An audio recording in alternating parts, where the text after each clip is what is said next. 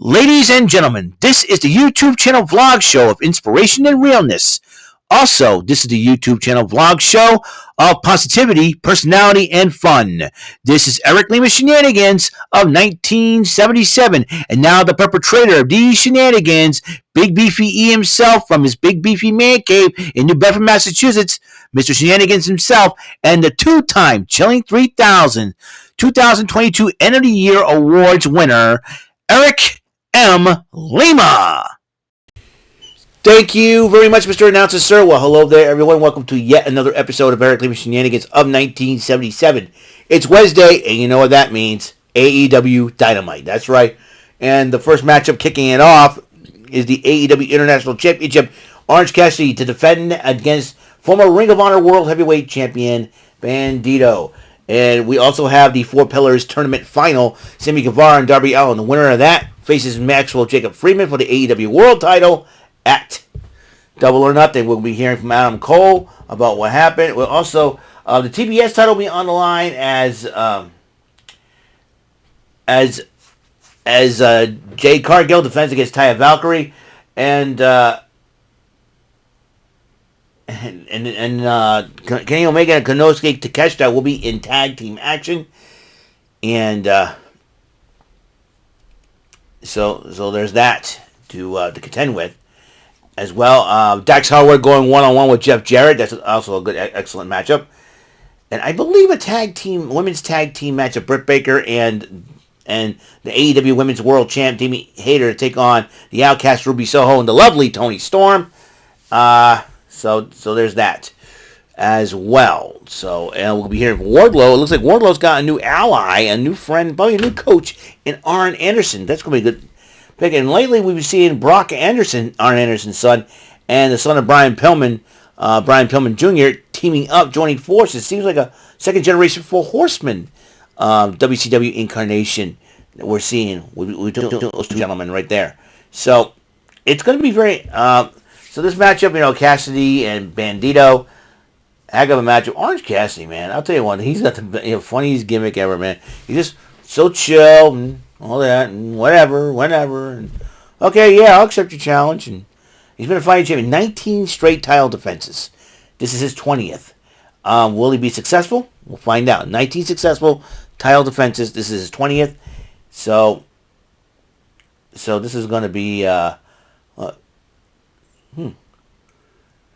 wrestle with Pete Davidson. Oh boy. Anyways, yeah, I'm watching it in picture. They got the Taco Bell thing going and everything else. Oh my God. So, I'm, like I said, I'm very interested, very intrigued about what's going on, and it's gonna be a lot of fun. All right, so when we get back, Red Sox lost at 8 to Baltimore, 6-2. Well, I better get watching this matchup, and I'll get back to you the results of this matchup and anything that happens afterwards. So hang tight, folks. All right, here's how it went down. 20th successful title defense with Orange Cassidy retains over Bandito, and the two in a good sportsmanship. Orange Cassidy gives him the shades, and Bandito gives him the belt, and they're like, yay, and all that. And then Renee Paquette interviewed Adam Cole. Adam Cole basically is calling out Jericho, and if Jericho does not show up, Adam Cole's going to come find him. And Orange Cassidy and Bandito's like, hey, what's going on, Renee? He goes, yeah, and he goes, I knew you guys were not here. There was everything that went down. And Orange Cassidy, oh. And Bandito looks at Renee Paquette. Oh. That's hilarious and funny, and so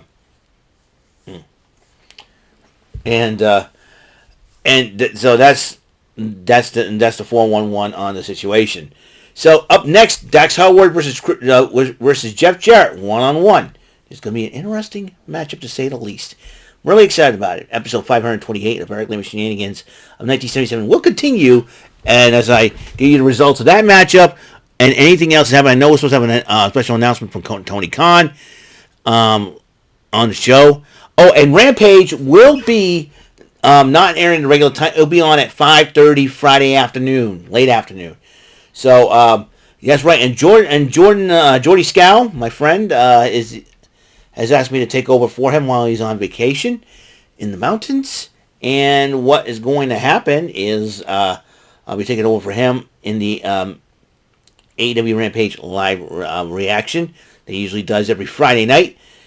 But this is pretty interesting because if it's going to be for an hour, it'll be till 6:30, and I'm planning on hosting Bullseye at 7, so it'll give me some time.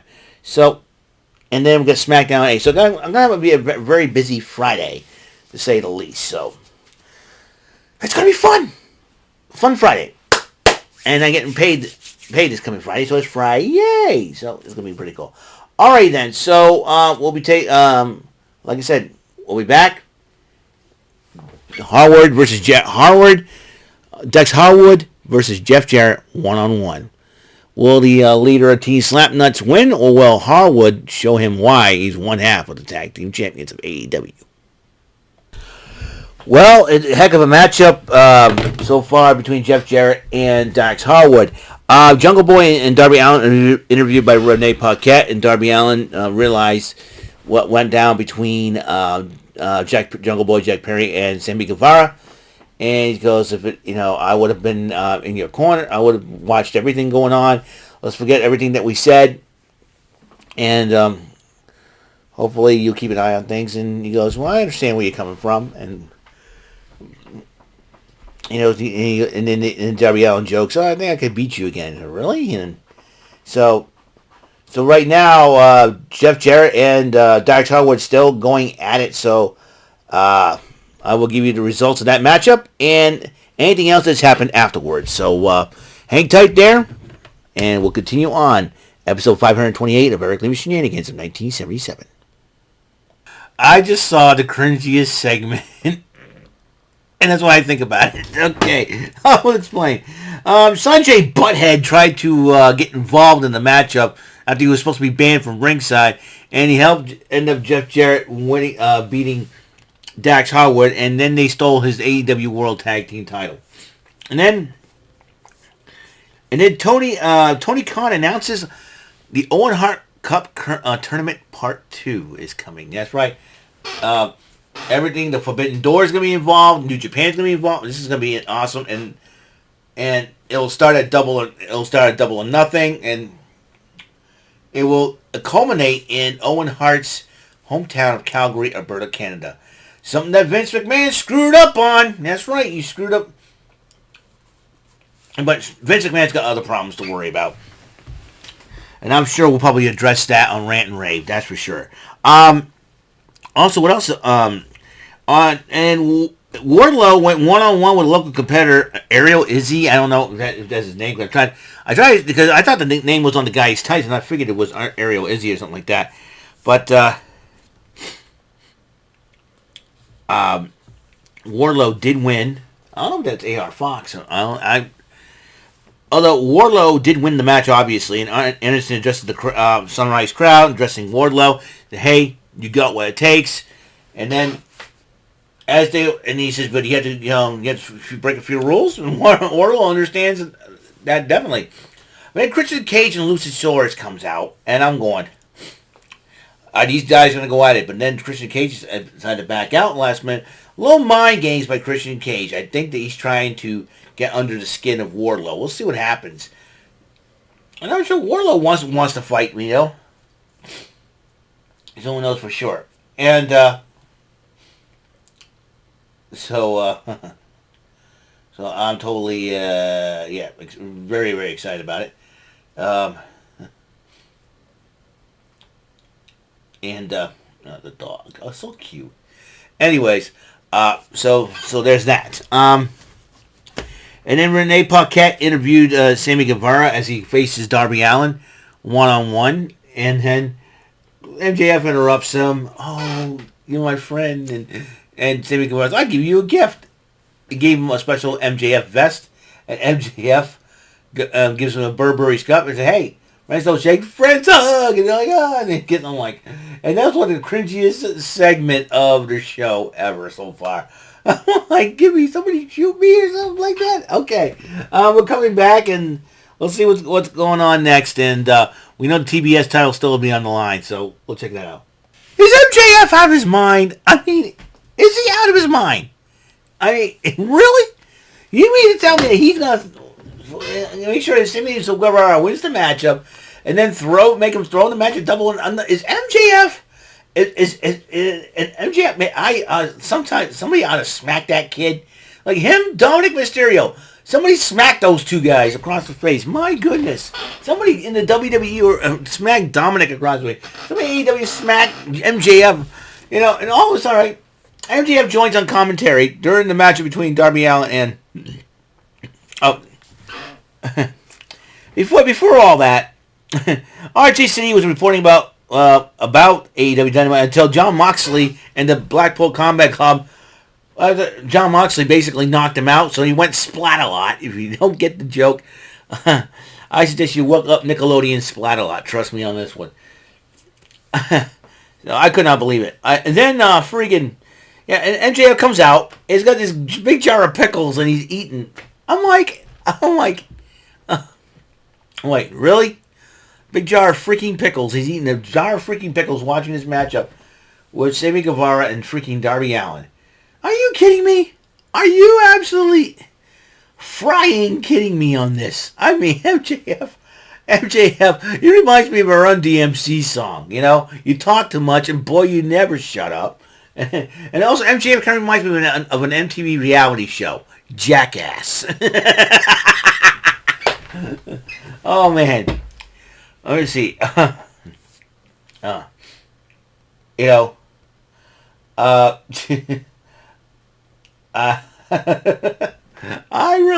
just cannot believe it. MJF, what a disingenuous dude. This guy's like, oh, good gravy, McGee. I hope this whole thing backfires on MJF. I hope and pray that this whole thing backfires on MJF. Well, you have no choice to be forced to face all three members of the Four Pillars. Three of the Four Pillars and a Four Corners match for the AEW World Heavyweight title. MJF is just MJF, unbelievable. The guy slays me. Let me tell you something. The guy slays me. He's seriously. It's what I think about MJF. Hold up. That's what I think about MJF. That's what I think about MJF. So, okay, so I'll give you the results of the end results of this matchup. But this coming Friday, it will be AEW Rampage this Friday. So we're gonna get back to the matchup, and I will give you the result, the winner of that matchup, and anything else that happens. Thank you, Tony Khan. You know how to get under MJF's skin. MJF, I knew this would backfire on him.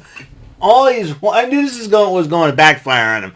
I mean, what a sucker. MJF is. He actually thinks now Tony Khan's let that decision stand. Sammy Guevara advancing to the title match at Double or Nothing. He says he might be the only one. He made next week a tag team match with high stakes. Here's the drill. If MJF and Sammy Guevara win, the match will be one-on-one. But if Darby Allin and Jungle Boy Jack Perry win the match, they're added to the title match and a four-pillar, four-corner matchup for the AEW World Heavyweight Championship. And believe me, I hope Darby Allin and Jungle Boy Jack Perry win next week. I'll tell you what. And Tony Schiavone called MJF a prick and went, thank you can't talk to me like that. I just did. I love Tony Schiavone. He's the man. Sometimes somebody sticks it to MJF. Jungle Boy, Jack Perry, and Darby Allin got to get the job done next week. That's trying to get that win. And tell you, MJF, you suck. He said, oh, people at home suck. Well, guess what? MJF, you suck. All right? I'll tell you. You remind me of a Fat Boy song. A big mouth. You're a big mouth, dude. Oh my God. Oh my gosh, I should say. Yeah, MJF, you are a born sucker. All right, you're a born doofus. You look like Beavis. You know, you look like Beavis, and you know you don't need a best friend to be a butthead because you are one. You know what I mean? A total butthead. Oh my gosh. There you go. MJF looks like Beavis, and looks like Beavis and acts like a total butthead. He is. Yeah, MJF's the one-man Beavis and Butthead crew. That's MJF for you. I'm cracking myself up. Yeah, I'm cracking myself up. So here's the deal, MJF. I hope Jungle Boy and Darby Allin beat you and Justin Bieber on crack, Mr. Sammy Guevara, and I hope, and I totally hope there'll be a fatal four-way, four pillars, four corners matchup for the AEW World Title. And I would say, MJF, you got a 25% chance of retaining your dang title because you are a total dummy. All right, let's get back into the rest of AEW Dynamite. We're going to hear from Adam Cole. All right, there's a lot to unpack here in this case. So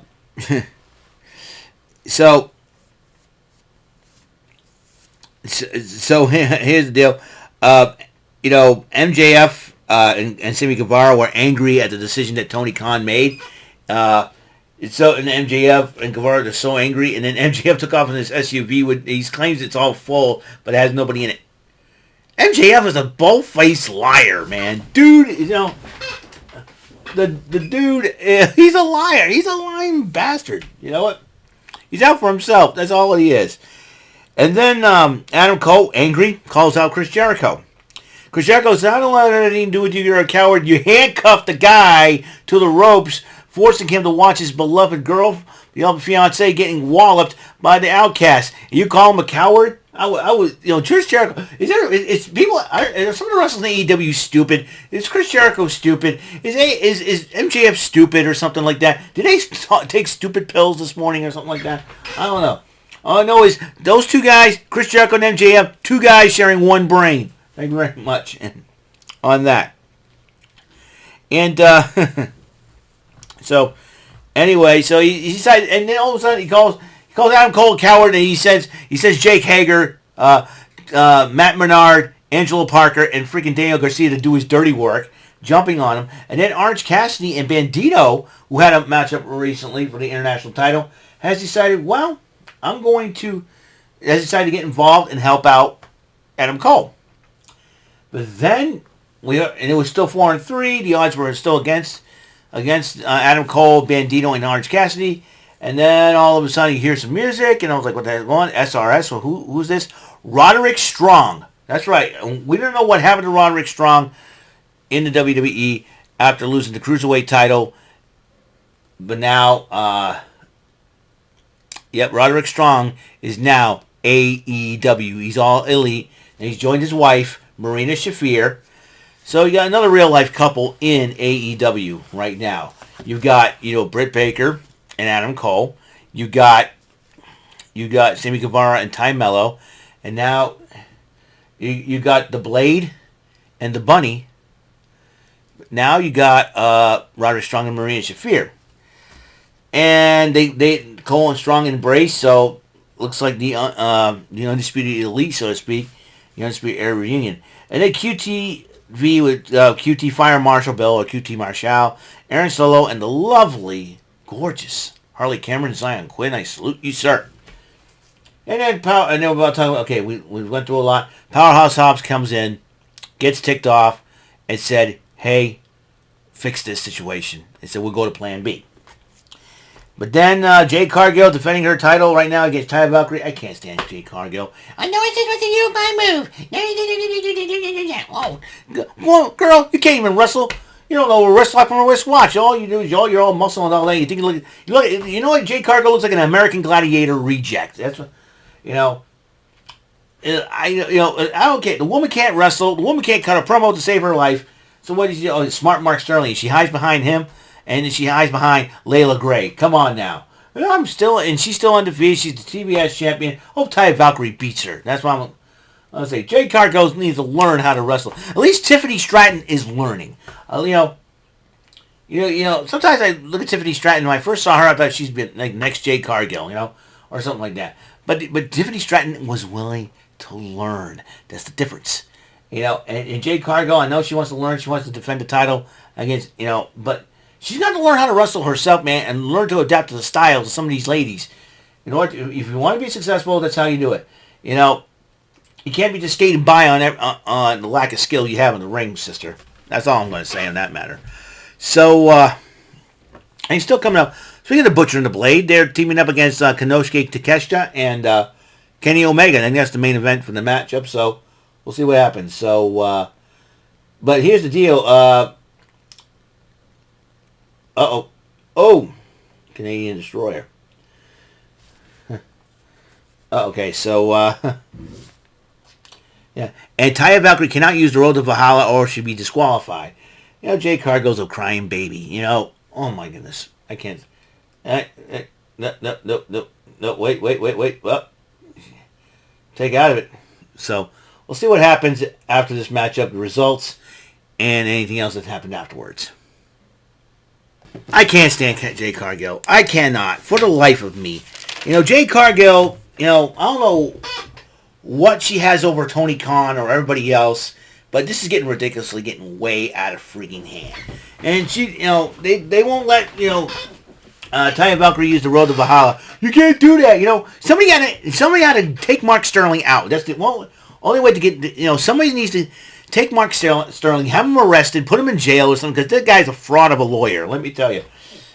The guy's a moron. I mean, I can't believe he's Jay Cargill's hiding behind him, and she's hiding behind Layla Gray. Take those two out. Make sure they don't even go near an arena, because Jay Cargill needs to lose that title, that TBS championship. I mean, I'll give her this. She's undefeated, but still, come on, seriously. I mean, I just can't stand. I just cannot stand. I just cannot stand Jade Cargill. I just can't. She may be a mom, and all that. I'll respect that, but for the life of me, somebody. I'm going to agree with Jerome Latimer, aka Romy 2184, on this. I can't stand Jade Cargill. I just cannot stand Jade Cargill. I'd rather root for Tiffany Stratton than Jade Cargill. Let me tell you something right now. Heck, Harley Cameron could be a better wrestler than freaking Jade Cargill. And Tony Storm is a better wrestler than Jade Cargill. I hope Hikaru Shida comes back to AEW and beats up on Jade Cargill and takes that title. Oh my goodness. Anyway, Jade Cargill retains. And then Britt Baker and Jamie Hayter did address the Outcast. And Britt Baker got a shiner. Jamie Hayter's got her arm in a sling. And then Bullet Club Gold addresses Starks and Spears, and they kind of respond back. So this is going to be a good matchup. And Bryan Danielson will be joining on commentary for the main event as the Butcher and the Blade take on the team of Kenny Omega and Konosuke Takeshita. Can't wait. And 5:30 is AEW Rampage. I think we'll be hearing from the Outcast finally. And you know what? Like I said, Tony Storm's my favorite member of the Outcast. I don't care. Also, Anna Jay goes one-on-one actually to them boys. Oh boy. Oh boy. Oh boy. Oh boy. The Cube, Dwayne Wade. Oh boy. Alright. So. Yeah. Oh boy. So, we'll see what happens after the match. So we'll see what happens after this matchup, and we'll get right into it. All right? See you around. All right, Bryan Danielson of the Blackpool Combat Club decided to join on commentary while the team of the Butcher and the Blade go up against Konosuke Takeshita and Kenny Omega in the main event. I forgot there's another real-life couple, Kip Sabian and Penelope Ford. And Jade Cargill, I'm going to go back to her for just a second because what she did during the ring entrance, she ripped up a sign made by this young lady, this young little girl, and the young little girl's about to cry. I'm like, oh my gosh. Man, she's a jerk. Jade Cargill's a jerk. I hope somebody beats her for that title one of these days, man. I mean, well, You know what's more personality than Jade Cargill? Lance Storm. Let me tell you. You know what's more personality than Jade Cargill? Steve Blackman. All right. I mean, it's unbelievable. I mean, oh, no one's supposed to use my move. Please. Seriously? Seriously, my goodness. I just hope somebody beats Jade Cargill for that TBS title. There is no doubt in my mind. What a clown. What a clown. And she's trying to look like Storm of X-Men. Oh, boy. Like I said again, I'd rather go on a date with Awesome Kong than root for Jade Cargill. That's my personal opinion. Anyways, well, Jade Cargill did the good job of making people like me react to her, and that's being a heel and all that, and that's so gotta give her that much. But that's how far I'm going to go. So this match is still going on and everything else. So what is going to happen? I think the Blackpool Combat Club is going to get some kind of involvement in this matchup because they like to wreck shop, and that's what they do. So we'll continue on with this main event. We'll come to the conclusion of it because we have 7 minutes left, and we'll conclude the video. So until then, hang tight. All right, to conclude this video, Takeshita and Omega did pick up the victory over Butcher and the Blade, and then Bryan Danielson addressed both gentlemen, and then the rest of the BCC attacked them, and then the Young Bucks got involved, and they tried to even the sides up, but then they tried to attack, and then they tried to attack Moxley with a screwdriver. Bryan Danielson convinced Takeshita to say no. Takeshita decided to beg off to. And then Moxley shoved Takeshita into Omega, and then they attacked the Young Bucks, and then after they took him out, the BCC tried to get Takeshita to join them, and he says no, and then then Wheeler low blowed him, and then they attacked him with the they held him, and they attacked him with a screwdriver, busting him wide open. I'll tell you one thing: everybody in AEW's been jerks as of late. Some of these poor wrestlers, man. Between MJF screwing everybody out of title opportunities and Jade Cargill cheating her way to keep her title, and then you have the BCC busting people open with screwdrivers. I really don't know.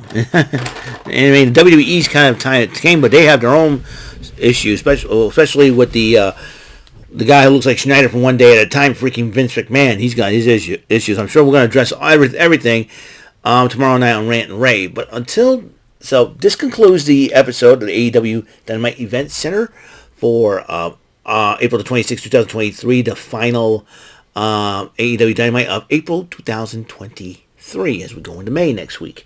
So, tomorrow we got Banks and Tamark on Thursday. Of course, we Rant and Rave and everything else in between. Thank you for all tuning in for the special episode of Eric Lima Shenanigans of 1977, episode 528. So, until the next episode comes rolling around, Mr. Announcer, please, sir, take us home. That is all for today's episode of the show. This is Mr. Lima speaking for Eric Lima Shenanigans of 1977. A Big Beefy E, do it for Bob Saget production, and in association with A Sweet Bowl for Raving Dingleberries Telepictures and Distribution. Thank you for watching another great episode of Eric Lima Shenanigans of 1977. Until the next episode, goodbye for now.